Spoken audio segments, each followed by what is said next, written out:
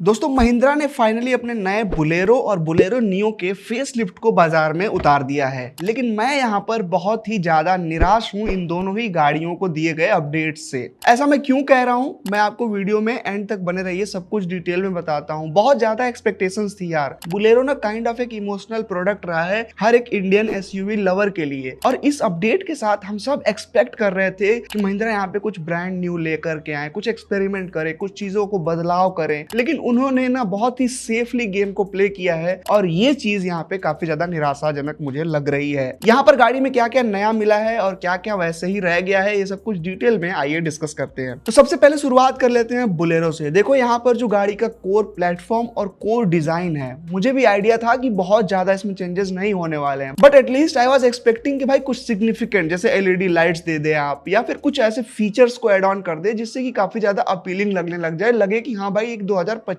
में बिकने वाली एसयूवी है ये। लेकिन यहाँ पर भाई महिंद्रा ने बहुत ही ज्यादा सेफ खेलते हुए गाड़ी को एज इट इज रख लिया है, बिल्कुल ही एज इट इज रख लिया है। माइनर कॉस्मेटिक चेंजेस अगर बात करें यहाँ पर तो दिए गए हैं। आपको एक नया वेरिएंट देखने को मिल जाएगा। मैं बुलेरो की बात कर रहा हूँ फिलहाल, बुलेरो नियो को भी एड्रेस करेंगे अभी। बुलेरो में ही अगर बात करें कि यहाँ पे आपको क्या क्या चेंजेस देखने को मिल रहे हैं, तो नया स्टेल्थ ब्लैक कलर ऑप्शन देखने को मिल गया है। नए अलॉय व्हील्स का आप यहाँ पे देख सकते हो यूज किया गया है, जो कि टॉप एंड वेरिएंट में ही ऑब्वियसली आपको मिलने वाले हैं। और उसके साथ साथ यहाँ पे अगर आप बात करोगे इंटीरियर की, तो यहाँ पर आपको एक जो नई चीज दिखने वाली है वो रहेगी भाई एक टच स्क्रीन। लेकिन इस टच स्क्रीन की भी सच्चाई ये है कि इसमें वायरलेस एंड्रॉइड ऑटो और एप्पल कारप्ले की कनेक्टिविटी ही नहीं है। क्या मतलब है उस स्क्रीन का, क्यों दिया गया है ये? और जो इंस्ट्रूमेंटेशन है वही भाई साहब गुड ओल्ड वो चला आ रहा है किस जमाने से, उसी को बरकरार रखा गया है, उसमें कोई चेंजेस नहीं किए गए हैं। पूरा का पूरा केबिन का जो फील है वो एज इट इज है, सारा लेआउट वैसे का वैसे ही है। यहाँ पे हाँ सीट जो है उसको लेदर अपॉल्स्ट्री दे दी गई है, लेकिन लेदर अपॉल्स्ट्री का क्या करेंगे भाई हम गर्मी में? आप उसमें वेंटिलेशन तो ले आइए, ऑटोमेटिक एसी तो दीजिए केबिन में। नहीं भाई साहब, वही गुड ओल्ड मैनुअल एसी यहाँ पर आपको दे दिया गया है, तो ये चीज यहाँ पे रखी गई है। और बात करेगा परफॉर्मेंस की गाड़ी के, तो यहाँ पर जो इंजन है इसका एज इट इज रिटेन कर लिया गया है। 1.5 लीटर वाला जो डीजल इंजन है 75 PS और 200 Nm बना करके देता है। ठीक है, वर्क हॉर्स है, लेकिन यहाँ पे मैं एक्सपेक्ट कर रहा था कि भाई जो बोलेरो नियो में डीजल है या फिर कुछ पेट्रोल का एक ऑप्शन ले आइए, कुछ तो करिए भाई नया। यहाँ पे कुछ नया नहीं है, as it is gear box और इंजन आपको पहले वाले ही देखने को मिलेंगे। एक और चीज जो मुझे बहुत ज्यादा निराश करती है ना इस गाड़ी के बारे में, वो रहने वाला है इसका सेफ्टी एस्पेक्ट। बहुत ज्यादा सेफ नहीं है भाई ये। एबीएस विद ईवीडी आपको देखने को मिलेगा और 2 एयरबैग्स दिए गए हैं। भाई साहब ऑल्टो में भी 6 एयरबैग्स आ गए अब तो 6 एयरबैग्स दे दीजिए, ईएसपी दे दीजिए और थोड़े से यहाँ पे सेफ्टी फीचर्स को लोड करिए गाड़ी के अंदर। क्या कर रहे हैं आप लोग भाई साहब? आई अंडरस्टैंड कि एक मार्केट है जिसको कि इसी तरह की यही वाली गाड़ी चाहिए, लेकिन इसका मतलब ये नहीं कि आप अपने तरफ से कुछ इनोवेट ही ना करें। भाई कुछ तो ले आइए। स्प्लेंडर में भी हीरो ने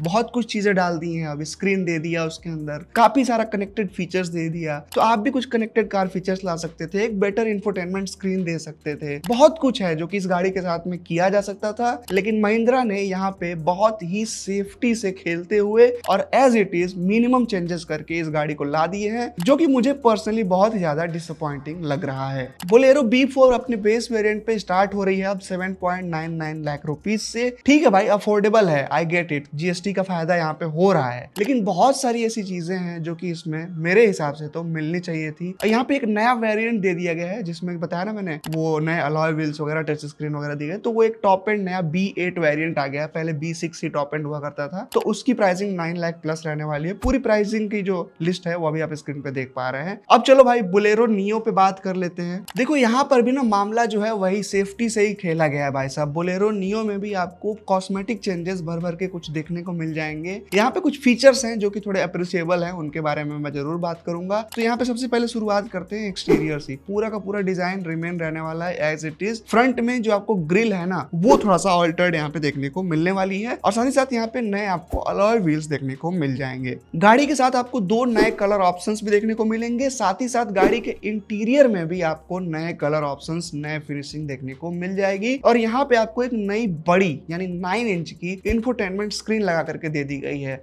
हालांकि जो स्क्रीन है जो दिख रही है अभी फिलहाल बहुत क्लियर, बहुत ज्यादा मैंने नहीं देखा है, लेकिन फर्स्ट इंप्रेशंस में वो चाइनीज वाली आफ्टर मार्केट वाली जो स्क्रीन आती है वैसे ही लग रही है, कोई बहुत ही हाई क्वालिटी काम यहाँ पे नहीं दिख रहा है। बोलेरो की तरह ही यहाँ पर भी आपको 2 type C charging ports interior में देखने को मिल जाएंगे। इसके अलावा छोटे छोटे कॉस्मेटिक चेंजेस हैं। और यहाँ पे अगर बात करें गाड़ी के सेफ्टी की ना, तो यहाँ पर भी वही बात है भाई साहब, 1 स्टार मिला था इसको जी-एनकैप की टेस्टिंग में प्रीवियसली, और वही चीज इस गाड़ी के लिए भी रहने वाली है, क्योंकि यहाँ पर कोई भी चेंजेस देखने को नहीं मिले हैं। एज इट इज वही ABS EBT का सेटअप और 2 एयरबैग्स इस गाड़ी में भी। 6 एयरबैग्स क्यों नहीं है भाई, समझ नहीं आ रहा मुझे तो यहाँ पे बिल्कुल भी। और शॉकिंग चीज पता है क्या है, यहाँ पर भी ESP देखने को नहीं मिल रहा है। I mean What is going on? It's 2025 भाई साहब, ESP तो मैंडेट होना चाहिए। बात करें अगर इसके भी परफॉर्मेंस वगैरह की, तो सेम इसका जो पहले इंजन देखने को मिलता था 100 HP 260 Nm वाला 1.5 लीटर टर्बो डीजल, वही रिटेन किया गया है। गियर बॉक्स ऑप्शंस भी वही आपको देखने को मिलेगा पहले की तरह ही।